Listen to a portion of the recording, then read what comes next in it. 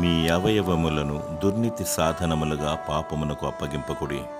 రోమ 6:13 ప్రాణాత్మ దేహములతో దేవుణ్ణి మహిమపరచాలి. నీతి సాధనములుగా మన అవయవములను మలచుకోవాలి. చేతులతో చెడు పనులు, నరహత్య, దొంగతనము, లంచము తీసుకోవడము, కాళ్ళతో పాపము చేయుటకు తప్పుదోవలు పరిగెత్తడము, ఇవన్నీ దుర్నీతి సాధనములుగా అవయవములను పాపానికి లేదా సాతానునికి అప్పగించుకోవడమే. దేవుని కొరకు మంచి పనులు చేయాలి. సాటి మానవునికి, సమాజానికి మేలు చేయాలి. సజీవ యాగముగా మన శరీరమును దేవునికి సమర్పించుకొని సమాధానముతో, దీవెనలతో వర్ధిల్లాలి.